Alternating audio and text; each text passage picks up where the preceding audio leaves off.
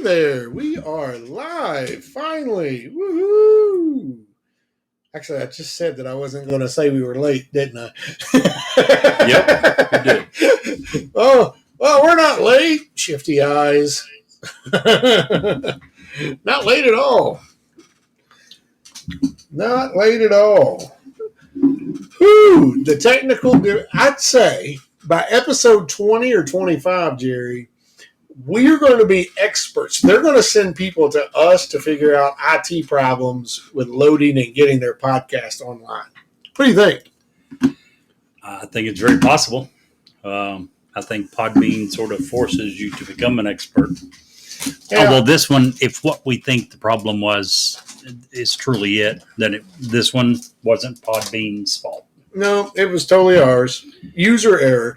We were supposed to have a guest today, Clay Davis. Clay, we certainly apologize for the technical issues and your time. We do think we have it figured out.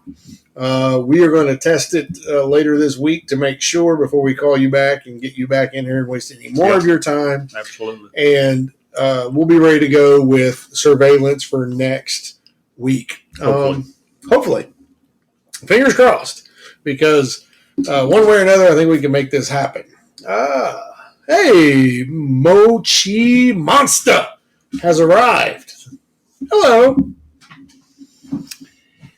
Hello, Mochi. Welcome. So, at the risk of starting to sound like all we do is come on our podcast and use it as an excuse to drink, we're drinking again tonight. Hey, it's 10 episodes. We actually have a very legitimate reason. We have hit the 10 episode mark. I am beyond stoked by that. Especially considering where we were 6 months ago when I was like, hey, Jerry, hey, Jerry, hey, Jerry, hey, Jerry, hey, Jerry. And you're like, no, hey, Jerry, no, hey, Jerry, no. What is a podcast, Steve? And now here we are sitting at 10 episodes in 2 months. This month, we're not, what is today? The 13th of the month. We have already gone in the United States. We have 12 states already. We're in 2 countries, United States and Canada. 2 different parts of Canada, one on the very west, one on the very east. We actually have a third country. What's that? Way back when we had the one guy from India. Oh, no, I'm just talking about this month. Oh, okay. Yeah. Just this month. You know, last month we did 4 countries, and I think I finally counted 17 states last month. Yep. We're at 15 already this month and 2 countries. Let's double those numbers. That would be awesome. I think. When we first started doing this, we were like, hey, if we get 1 listener, we're both going to just be happy. Now, I'm not going to lie. Every morning I get up to see what the download count is. And I'm not going to lie. I still think we have 1 listener, or 2. No, 3. We have 3 listeners. We have Double Infinity, Mochi, and Mr. Mike, who downloads us from every airport he goes to. Well, I also have I got a couple of shout outs here today. If you don't care. Go right ahead. Shout out number 1, my youngest son, Nicholas. He had his very first baby this last week. Absolutely. Congratulations. She is, everybody says, oh, my grandbaby's the prettiest. I've got a lot of grandbabies. And they were all the prettiest. So that can't be right. So there is a little bias here. But Miss Ada is the epitome of perfect. Beautiful little girl. In fact, and Nicholas, and I just want to, me and you are both fathers. And so there are a lot of things that happen when you become a father, in the way you change mentally, in the way you think about things mentally. And I'm looking because Nick and I talk on about 17 different places and websites, which is stupid. We shouldn't do that, but we do. So you're trying to find the one that's got the conversation you're trying to find. Yeah, exactly. So Nick said tonight, he sent me a text, and he said, it was actually a text. It wasn't on one of the websites.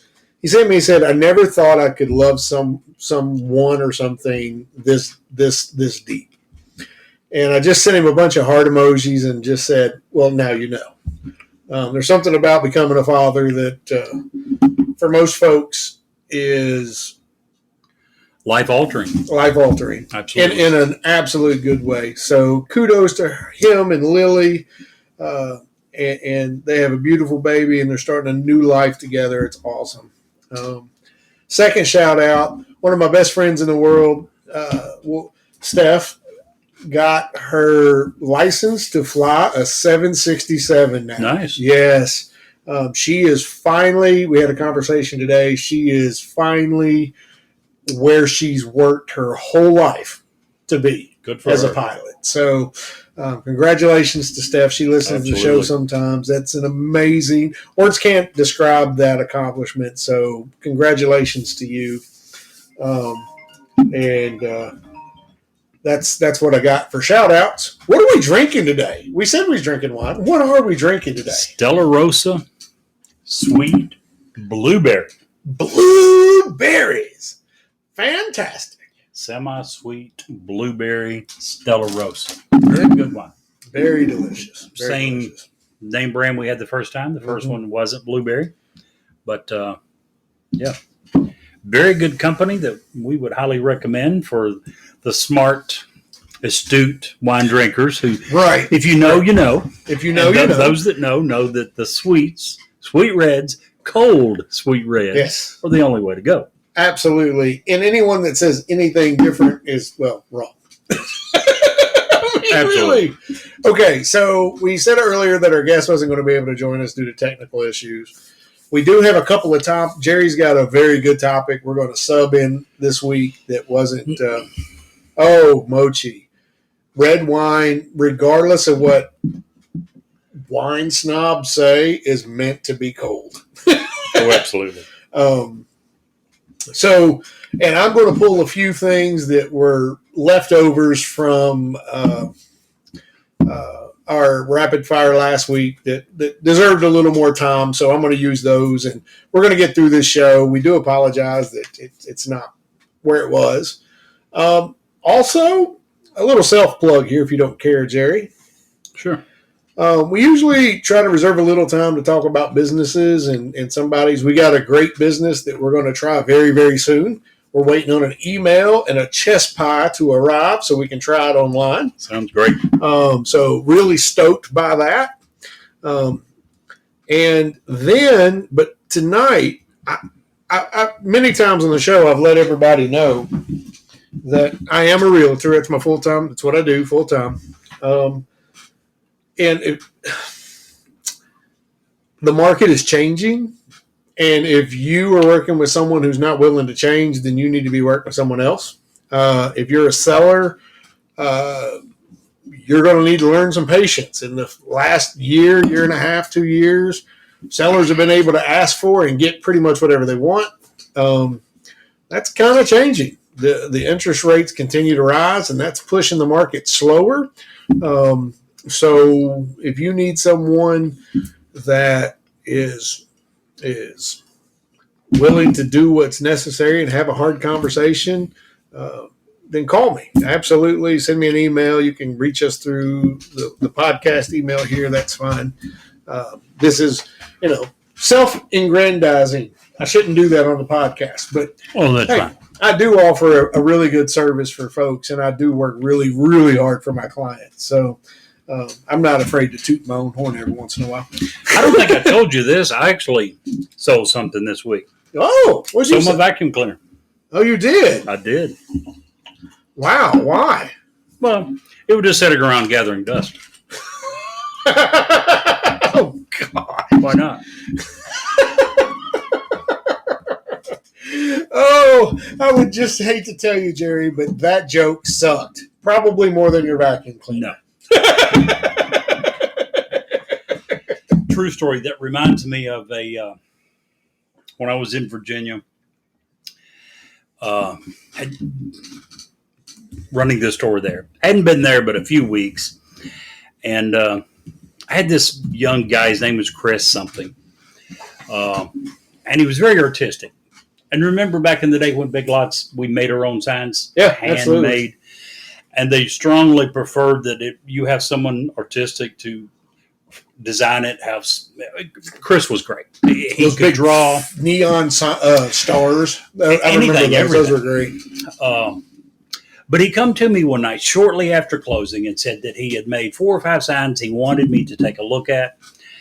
And I just realized that one of them I'm probably not going to be able to tell in the air. It was that bad. But the one that you reminded me of was this end cap of vacuum cleaners that he took me to, and the sign that he had made. And thankfully, I didn't realize it until later, but the reason he come to me shortly after his store closing was he was smart enough to realize he couldn't actually put these signs up while we're still open. He didn't even put them up until after we closed. But the sign said, "This baby really sucks." Yeah. Great sense of humor on that guy. Yeah, good stuff. Well, I don't know if you're aware, but I do know that, and I'm pretty sure you know that I am pretty well almost obsessed with British royalty. Didn't know that. Now, I'm not talking about like Meghan Markle and Prince Harry. Okay. I'm talking about back in the 16th, 17th century. Didn't even probably, I bet you don't even know that there used to be a King Stanford II. You are correct. I did not know that. Yeah. Now, we all know that back in those days, incest and those created very, very bad people. King Stanford was only 12 inches tall. 12 inches. 12 inches tall. Really? Now, he was a terrible king. You're trying to say he was a product of incest, is that what you're saying? But he was a great ruler. Perfect height. Right? Yes. Chill Will has entered that was a great joke. Hey, Chill Will. Glad you're here, man. That was an amazing joke. No, not really. See, if Clay had been here, Clay would have thought that was a funny joke. Clay's got my back.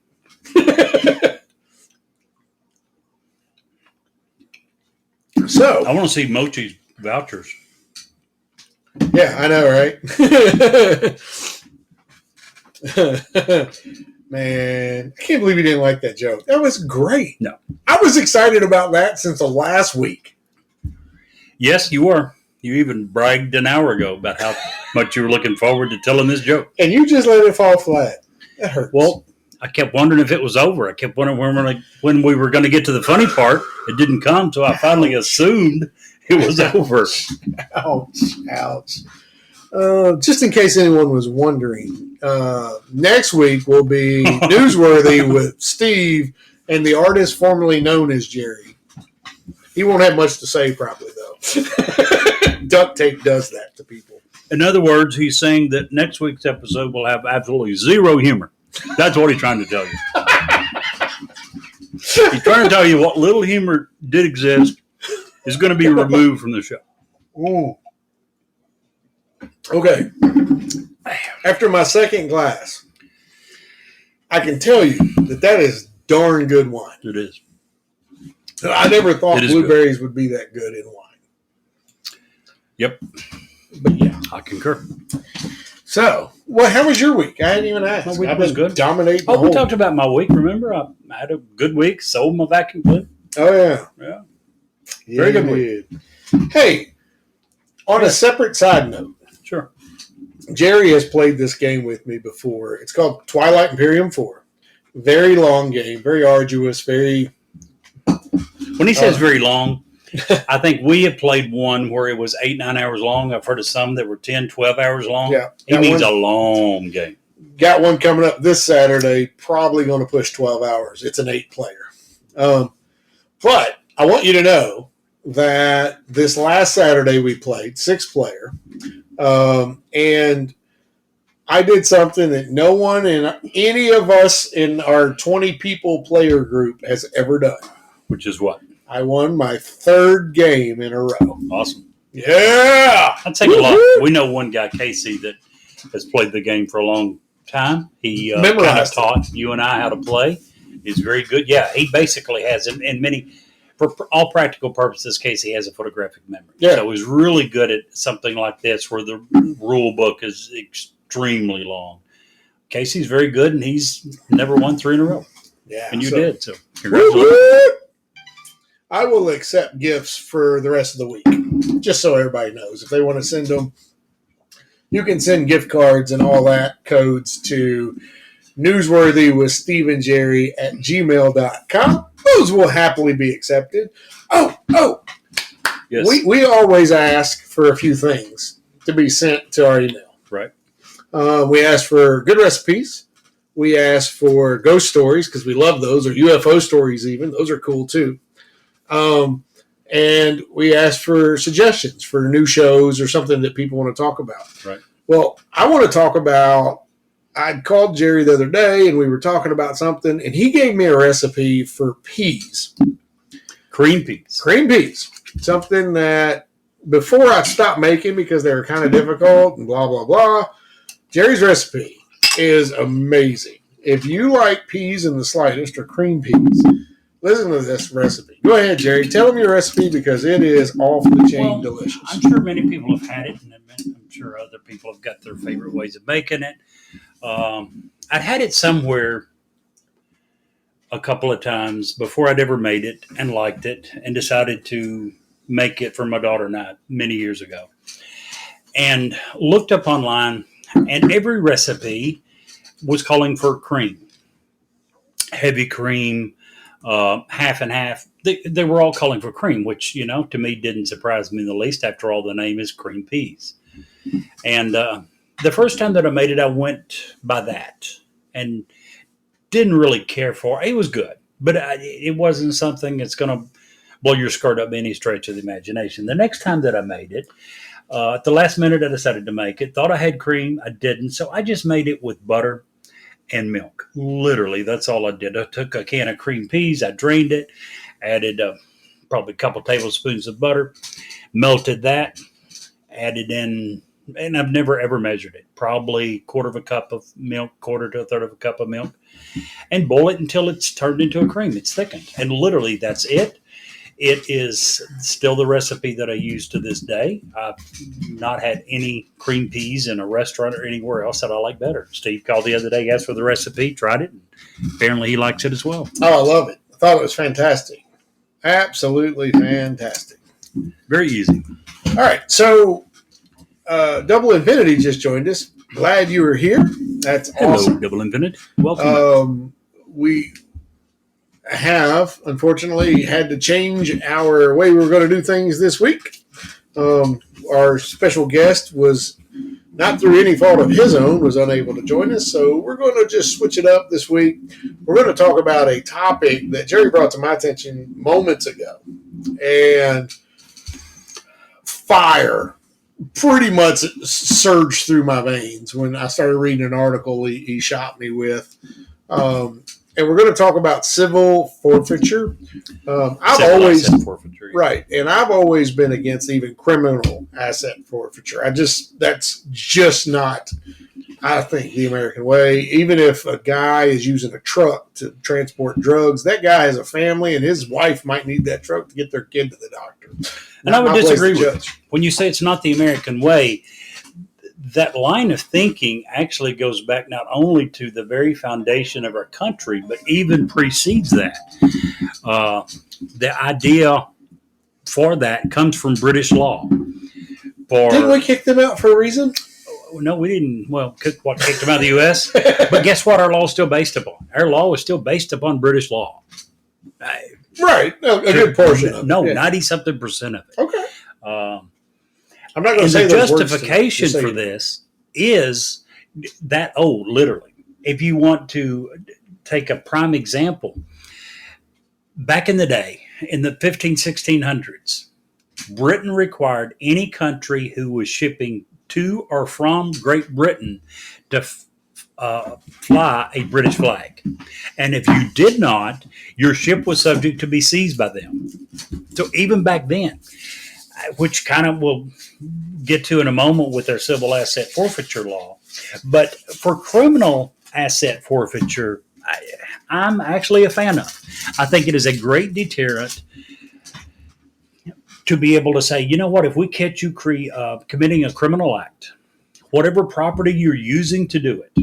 A few examples. If you are raising drugs, if you're growing marijuana and you're using an automobile and a trailer, they can and will confiscate and sell that property and keep it.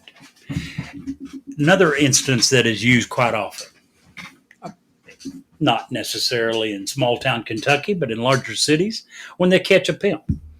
If he is getting his prostitutes, taking them to their johns, if he is using an automobile, they will seize his automobile and sell it. That automobile was property that was used in conjunction to commit a crime.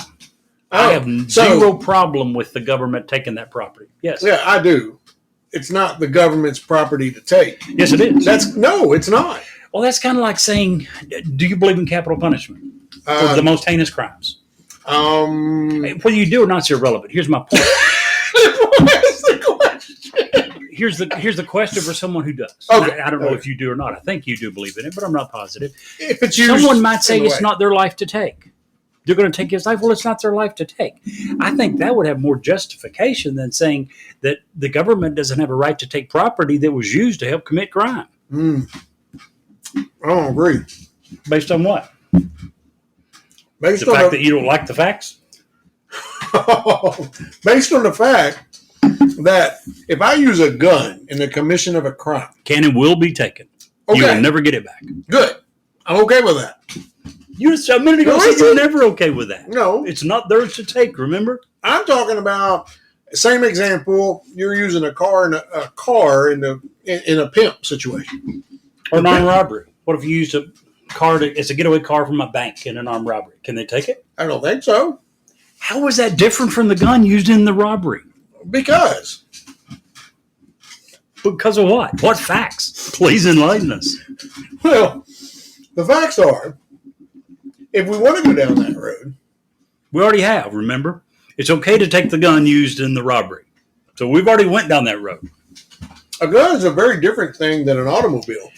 They're both real property. They're both property. They're not real property. Real property, do you know what the definition according to the law is? Yes. Real estate and anything attached to the land. Yes. Buildings. But even according to your logic, if I'm selling marijuana out of my house to a couple of my buddies, they can take my house and sell it too. Not according to my logic, according to the law, they can and do. Which is why most people who are raising marijuana won't do it on their own property. They'll go to a neighbor's property. Okay, so the neighbor loses his property. No. Well, the neighbor had nothing to do with it. Unless how does he prove that? Unless he proves it. The neighbor. Well, first of all... he's automatically guilty until proven innocent, right? Who said that? Because we're automatically taking stuff that doesn't belong to us from said guy. Like the weapon that's used in the robbery that you agree is... You have no problem with that. Maybe I do have a problem with that. Yeah, because you can't justify one and not the other. That's your maybe I do have a problem with it and just didn't realize it. No, people apparently. Change. So you're saying that when people... Let me ask you this. How about if the crime is not caught for a period of time, the crime results in a lot of profit, how about the stuff that is bought with the profits? Can that be confiscated? No. Oh, so crime should pay. No. So when you catch a drug addict that's been doing it for 20 years, you can't take any of the money from it. I think that you should be able, and I'll use this as my primary example. If I'm a drug dealer, you should not be able to take the property. We'll use a house as an example. We bought a house. From the profits of your drug deal. Sure. But just because I was breaking the law, how does that make the perp's wife and children suffer? I just don't see how that. You can use a house, you can use a car, you can use whatever in that situation. Using your same logic, you could justify not being able to send him to prison.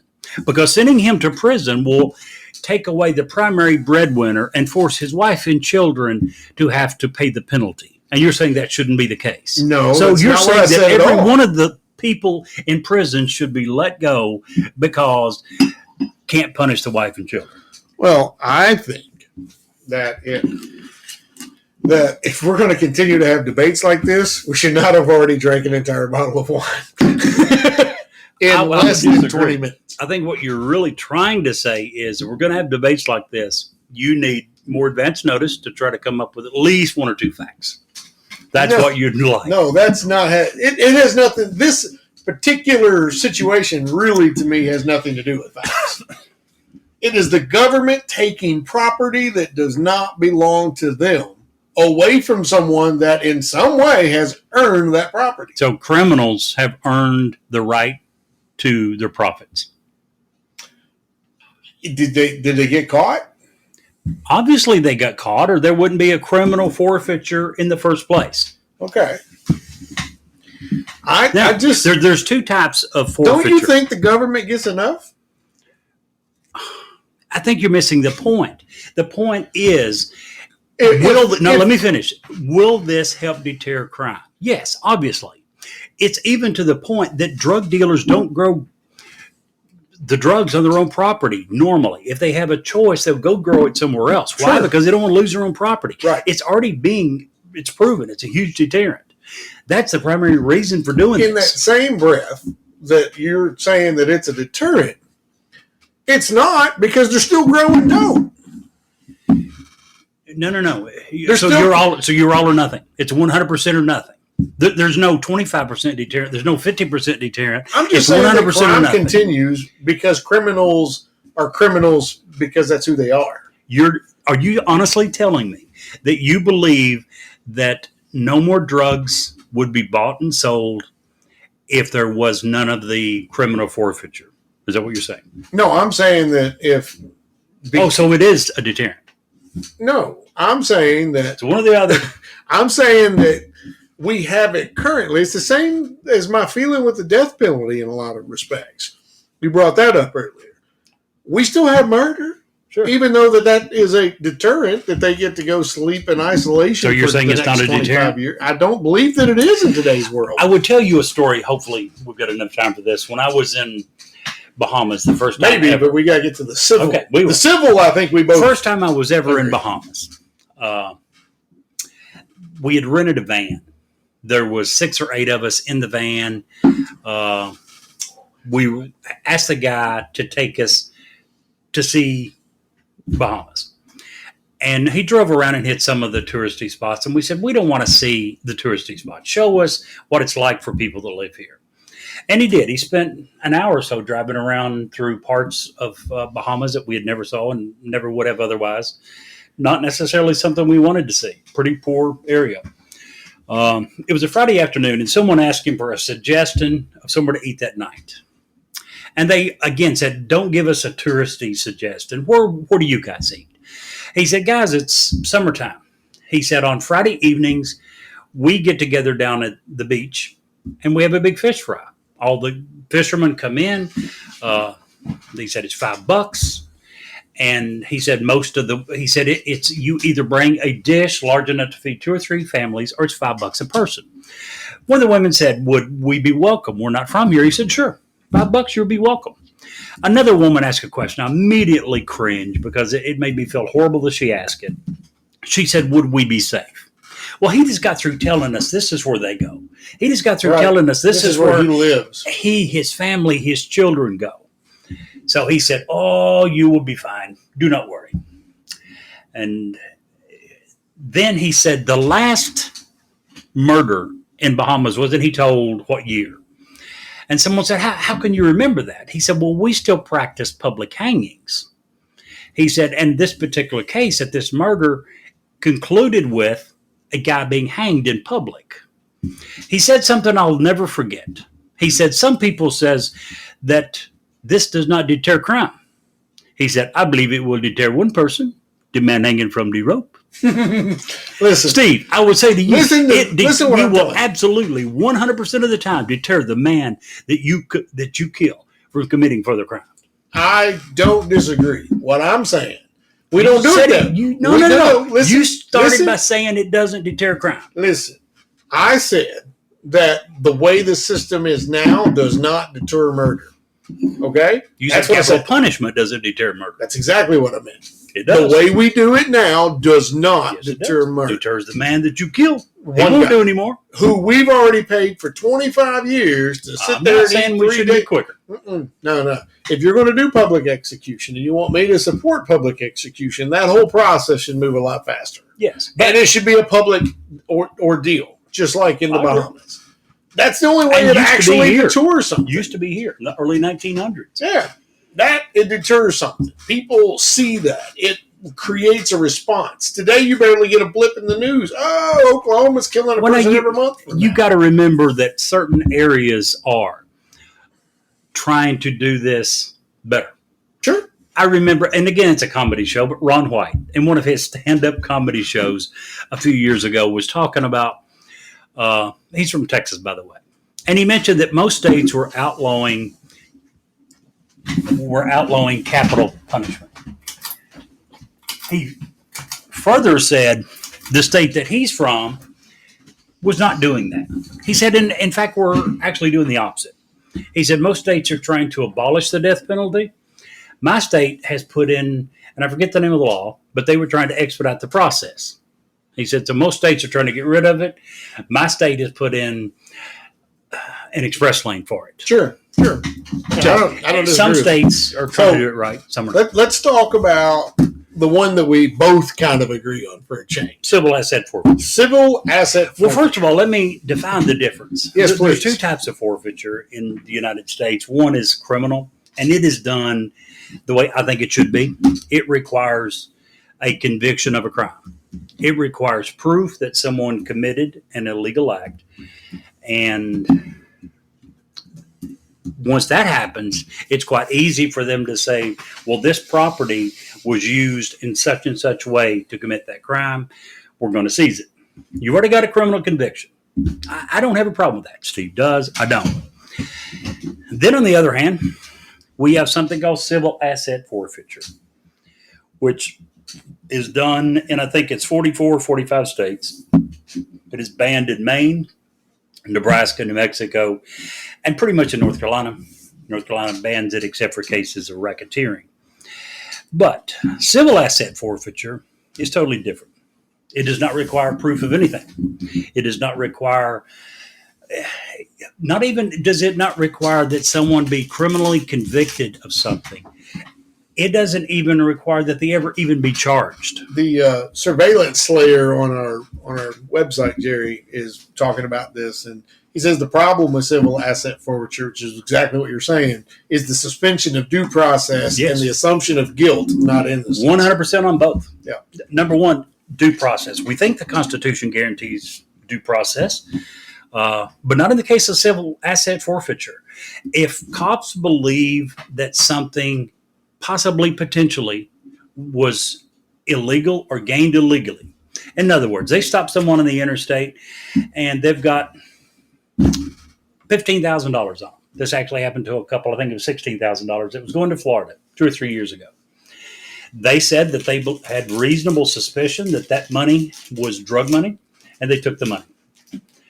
This couple went and hired an attorney who fought it for a couple of months, came back and told them, guys, we can possibly win this, but you'll end up spending well in excess of $16,000 in attorney fees to do so.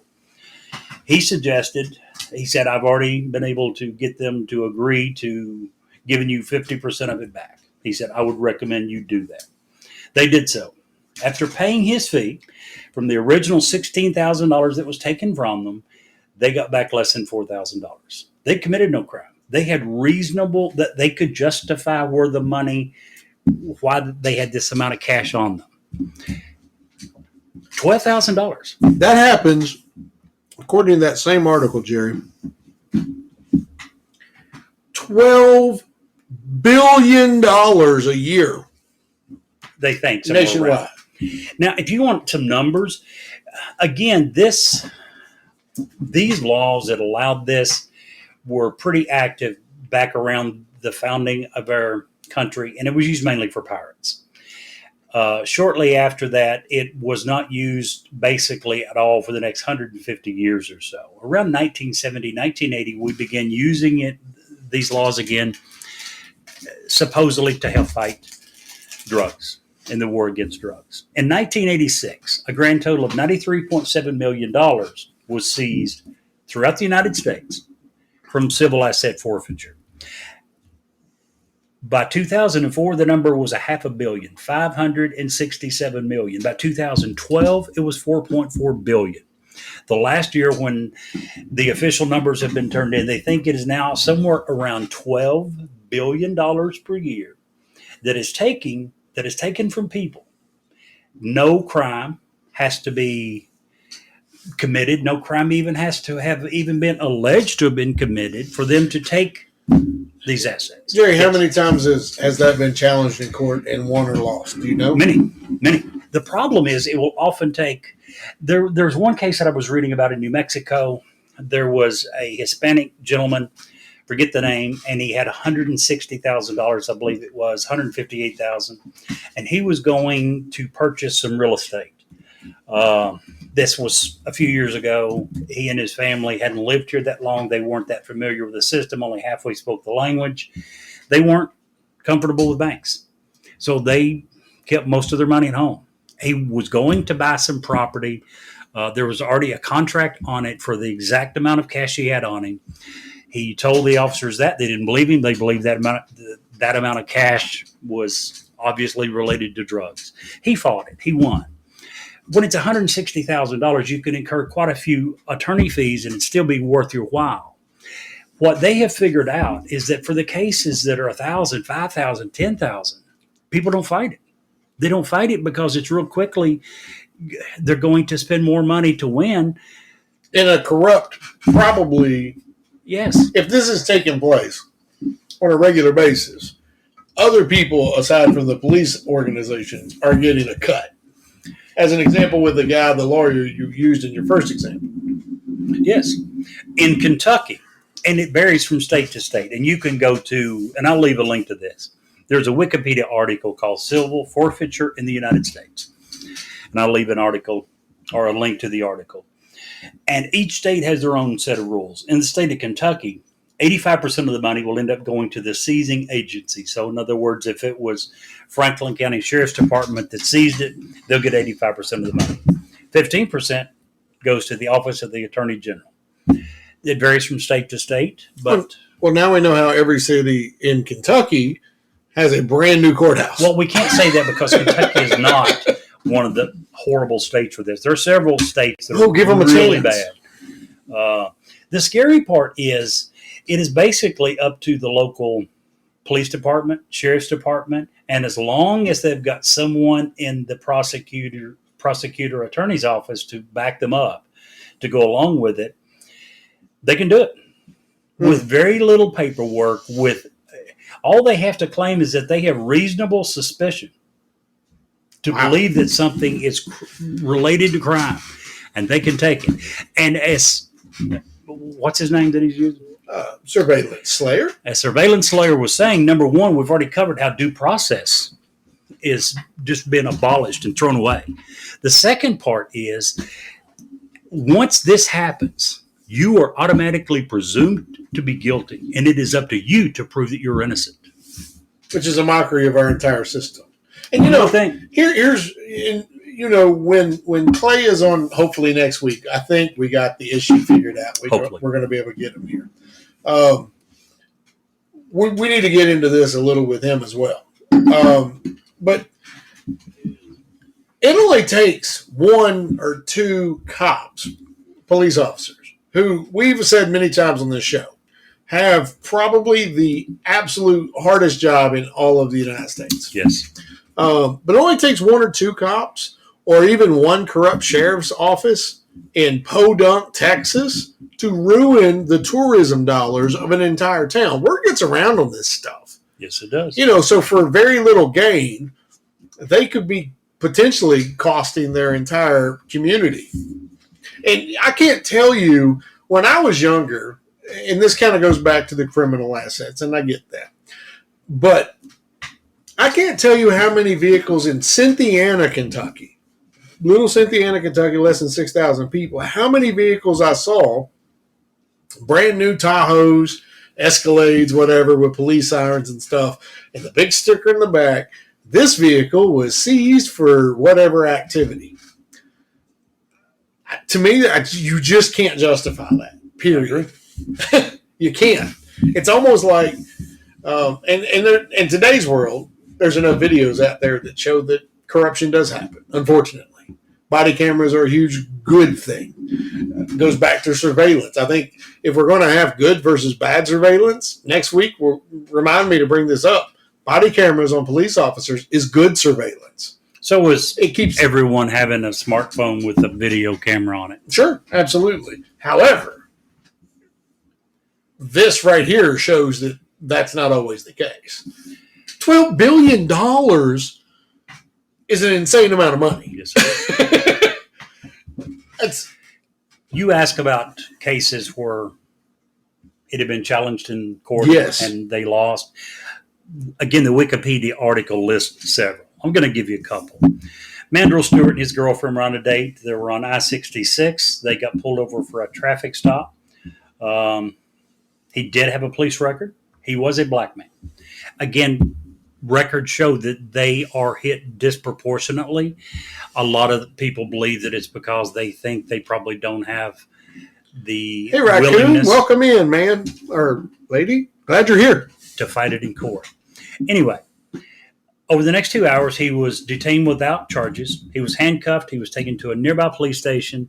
He had $17,550 in cash on him that was taken.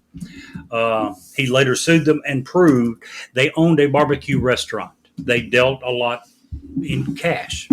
He was going to buy supplies and equipment and had proof of that and ended up getting his money back. Mr. Gonzalez was carrying $10,000 cash in a briefcase. He got pulled over in Texas. They handed him a waiver. And this waiver said that if he would agree to sign over the money and would not claim it later, that he would not be arrested. So get out of jail free. But if he refused to sign the waiver, they were going to arrest him for money laundering. He signed the waiver at the time, even wondering if it was a fake scam, if it was these were even real officers, because what they were saying was so ludicrous to him. He ended up suing. He not only got his $10,000 cash back, he won a judgment of $110,000 in damages. Good. So, yes, absolutely. One more. Matt Lee in Clare, Michigan was driving to California with $2,500 cash when she was pulled over by police in Nevada, who seized the cash under suspicion that it was a drug run. Lee hired an attorney who took half as the fee. He did win. He ended up with $1,130 of his original $2,500 back. Isn't that insane? So it's often that they win. And they often do contest it, take it to court when it's large amounts of money. It's the small amounts that they've found, especially when, by the way, Texas has been brought up on charges that they have made a habit of pulling over out-of-state people, driving rental cars, seizing anything of value they can find, because with these out-of-state people, and if it's not more than, a few $1,000s, they've figured out they're not going to take time off from work, hire an attorney, come back to Texas to fight this case. They just don't do it. Yeah, I was reading the median is $1,300. Yes, which they found the sweet spot. Yeah, the $100,000 they're going to piss someone off, and they're going to get an attorney. They're going to fight it. So you might win if you can. But if you're going to buy a used beater car that's going to get you back and forth to work, so good you get to walk. It's stupid. I absolutely hate it. Absolutely, these are some of the worst cases that were brought up. But this is just absolutely astonishing that the government is allowed to do what's this. astonishing, Jerry? What's that? The fact that until you brought it up to me, I watch the news every day. I have to. It's kind of what I do.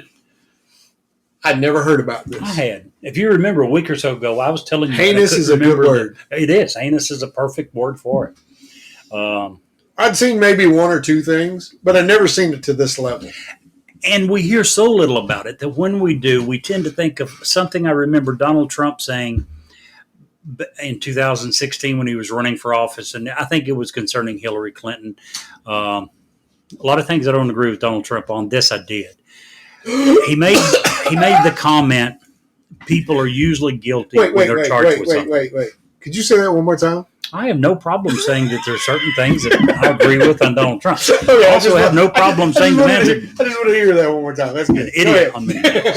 But yes, like Trump said, when most of the public tends to think that when people are charged with a crime, they're probably guilty. Yeah. And when we hear about this every once in a while, first thing going through our mind probably is, well, wonder what they did to deserve that. Well, the cops are saying there was drug money. I'm glad they got those druggies. Yeah. We're finding out that that's not the case. That's not the case in a huge portion of the time. Furthermore, as he was saying, due process of the law and being innocent until proven guilty, things that we all thought were.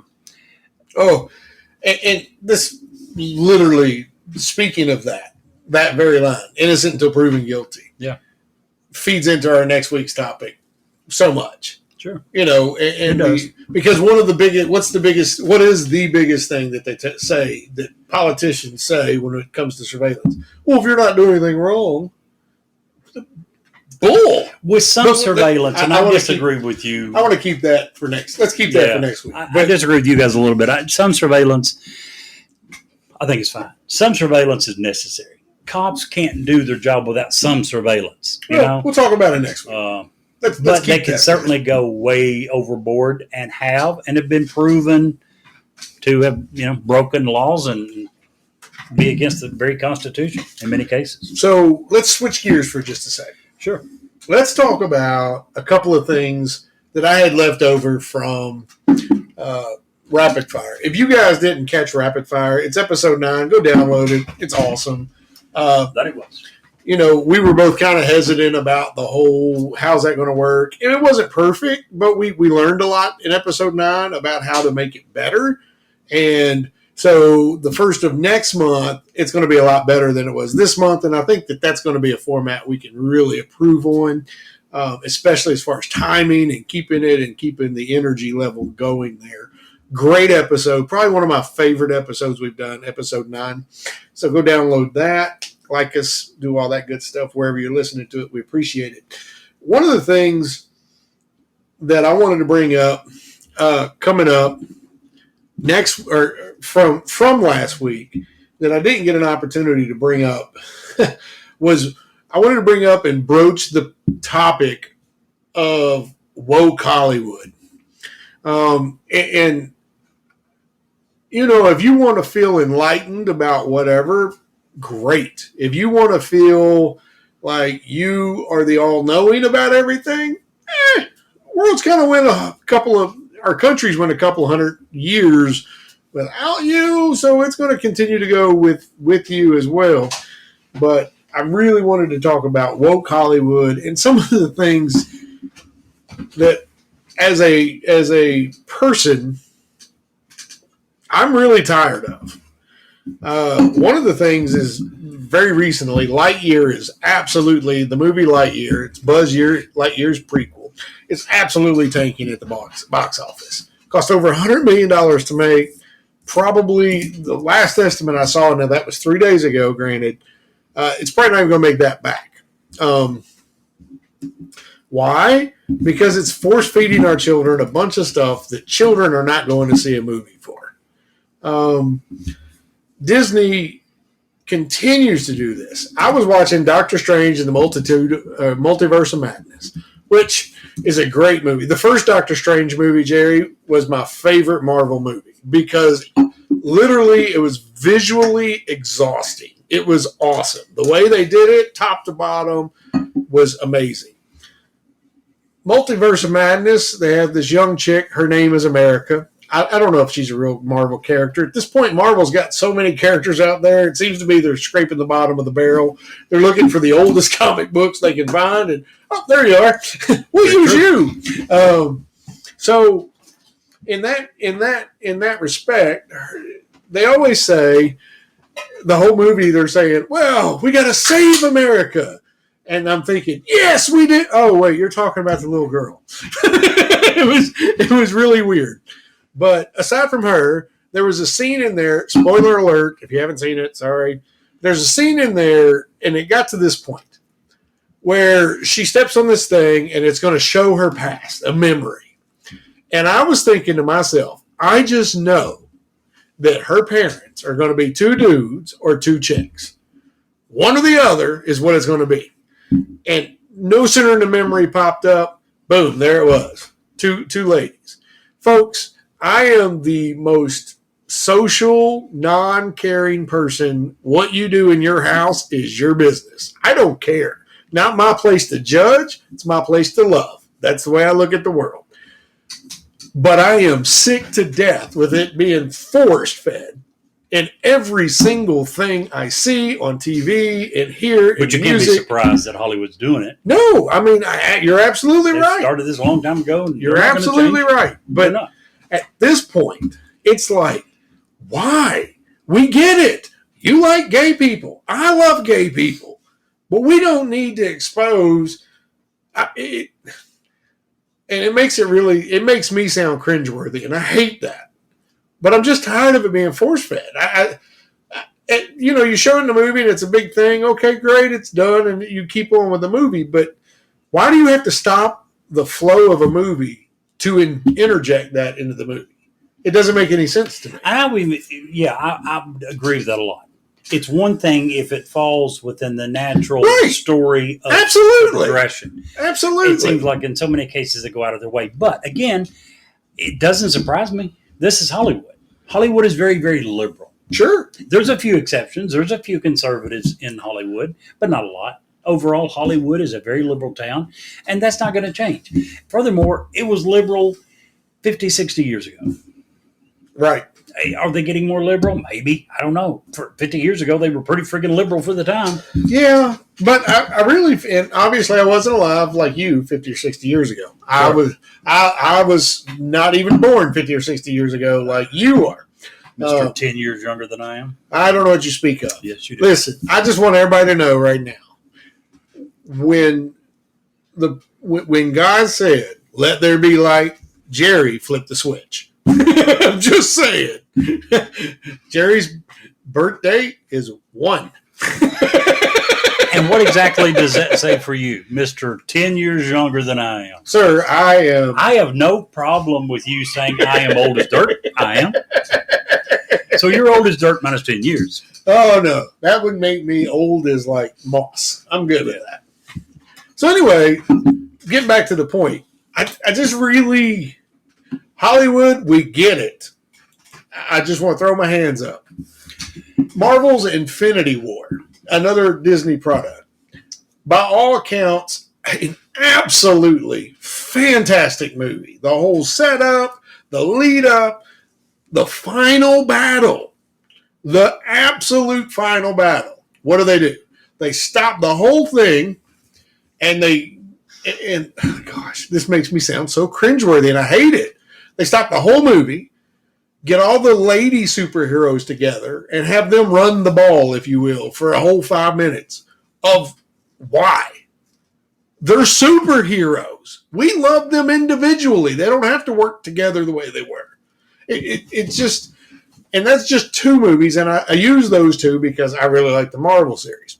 Star Wars tries to do the same thing. Anything that Disney touches. In fact, I wish I had it from last week.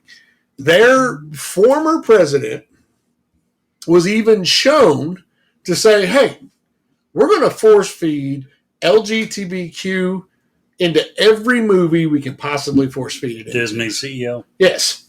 They to a huge backlash. Disney parks. Yes. But this was met with a huge backlash. The only thing that I think that they lost after she said that and it came out into the news. They lost, it was some ungodly number of subscriptions to Disney Plus. The only thing that saved Disney Plus at that point was they were getting ready to release Obi-Wan. It's the only reason I still have it. Because Obi-Wan, fantastic. But Obi-Wan wasn't really the main character in that. A strong female lead was. Again, I love women. I get it. But you named the movie or the show Obi-Wan. Have it be him be the main character. Anyhow, what's your thoughts? I've ranted for 5 minutes. I just looked it up. As of 2022, in the second quarter, of 2022, so very recent, Walt Disney Company reported that Disney Plus had 137.7 million subscribers. That's a lot. That's a crap load. Yeah. I don't know how many. Netflix is going to have more. It was the first of all the subscriptions. Other than that, I don't know that there's anything that would have that many. There very well might be. I'm not looked at it. I'm just saying they're pretty freaking successful with it. You want to know what we'll have soon? What? We're going to have that many subscribers to Newsworthy. Hey. That'll happen shortly after I listen to the first episode. Right. So, yeah. Guys, he's not joking. Other than doing the cuts and getting us ready on air, Jerry has never even listened to an episode of our podcast. Or any other. Or much less anybody else. Any podcast. By the way, that hurts my feelings just a little. Sorry. That's okay. Sorry, not sorry. So we're cutting real close on time. Got like 5 minutes left before we wrap this up today. So I want to bring up one of my favorite things in the world is space. And I mean that like big time. I love space and anything involved with space. But last week, man, that wine is good. Whew. In December of 2020, SETI uncovered a signal. And I want to bring this out because this is real. This isn't movie talk. On Proxima Centauri, okay, which is only 4.2 light years away from Earth. Only 4.2. To those people who don't know, a light year is 6 trillion miles. Okay, so it's a speed. If you could travel the speed of light, 256,000 miles. Yeah, it's 1 light year is. It would take 1 year of that travel. That's 1 light year. Yeah, 6 trillion miles. So 24 trillion miles away. There is a rocket planet there that they've discovered through Hubble that's in their sun's habitable zone. We got a signal from there, and it was a mysterious, quote unquote, a mysterious energy beam that radiated at 980 megahertz. Why is that significant? Because 980 megahertz, according to the scientists that wrote this report, does not exist naturally in the known world. Just want to throw that out there. It's pretty exciting stuff. Again, 4.2 trillion light years, or 4.2 light years away, 24 trillion miles. Long way. That's a long way. So, what could it mean? Well, if the scientist is right, and that doesn't, no, the scientists are right. It doesn't occur naturally here. Right. That's what I'm saying. They're not lying about that. No, that's not a natural occurrence here. Right. So it may be that they have 2 butterflies over there doing whatever butterflies do that create that beam. 980 megahertz. But it's still exciting. Sure. Even if a lot of potential. And just so you know, if there were butterflies on that planet, they are still alien to us. Absolutely. Doesn't mean they're intelligent, just means they're alien. There's a difference. Huge difference. Yeah. So, Jerry, in a hodgepodge, let's throw a show together real quick because we had technical issues. Not a bad show. What do you think? Absolutely agree. I want to say that for your topic that you had of civil forfeiture, asset forfeiture, I definitely give it a thumbs up. It needs to be, more people need to be newsworthy. More news coverage, absolutely. We don't hear enough about it. And as we said, I think it's at the... Sorry, go ahead. No, I think it's on the borderline that we hear about it. But it needs to be to the point that we no longer think that they're probably automatically guilty when we hear about the guy who had $2,000 or $3,000. We need to be out of that mindset. Begin to on anything. Murder. You caught red-handed with your hand in a cookie jar. We are a nation built on the premise that you are innocent unless proven guilty in a jury of your peers. Period. By the way, the way that this passes judicial review, and by the way, this civil asset forfeiture has gone to the Supreme Court numerous times and been approved, not on a case-by-case basis, but on, generally speaking, they reaffirm the right of the government to do it. It has been around for hundreds of years. What we need is more states with their individual legislatures to do what Maine, Nebraska, North Carolina has done, and that is to say, in this state, we are no longer going to do that. You need to do whatever you can do to make your officers and your offices be above reproach and to be more accountable. Yep. Period. If you have loose ends like this, running down how people feel about the job in general, they wonder why all these things and all this negativity has happened and why they're losing police officers in droves. Yes. Because police officers have enough on their plate without some jackwad over here robbing a normal law-abiding citizen who happens to be going by, a new drum set or an old used car. Totally agree. To me, this one is up there with no-knock warrants. Oh, absolutely. It just needs to go away. Period. Needs to go away. Period. Both, actually. Yep, absolutely. See, you agreed with me. I like that. You're learning. I'm learning. I was the one that brought you this topic. I'm not agreeing with you. You're agreeing with me. Real quick, before we get off here, ideas for shows, ghost stories. We'd love to hear it. We want to hear them. Great recipes. We want to hear it. We'll talk about it online. If you have a small business you want us to promote online, you can do all of that where? At Newsworthy with Steve and Jerry. Gmail.com. At By the way, you gmail.com. forgot one category of emails that we would love to get. What's that? More recommendations for sweet, cold red wine. Absolutely. We'll take those too if you've got them. Absolutely. And feel free on our email to leave Jerry messages about how wrong he is on most of the subjects. That'll be great. He'll love that and appreciate it and hopefully be a better person because of it. You guys have an awesome night. Thanks for listening. Talk to you soon. Take care, guys.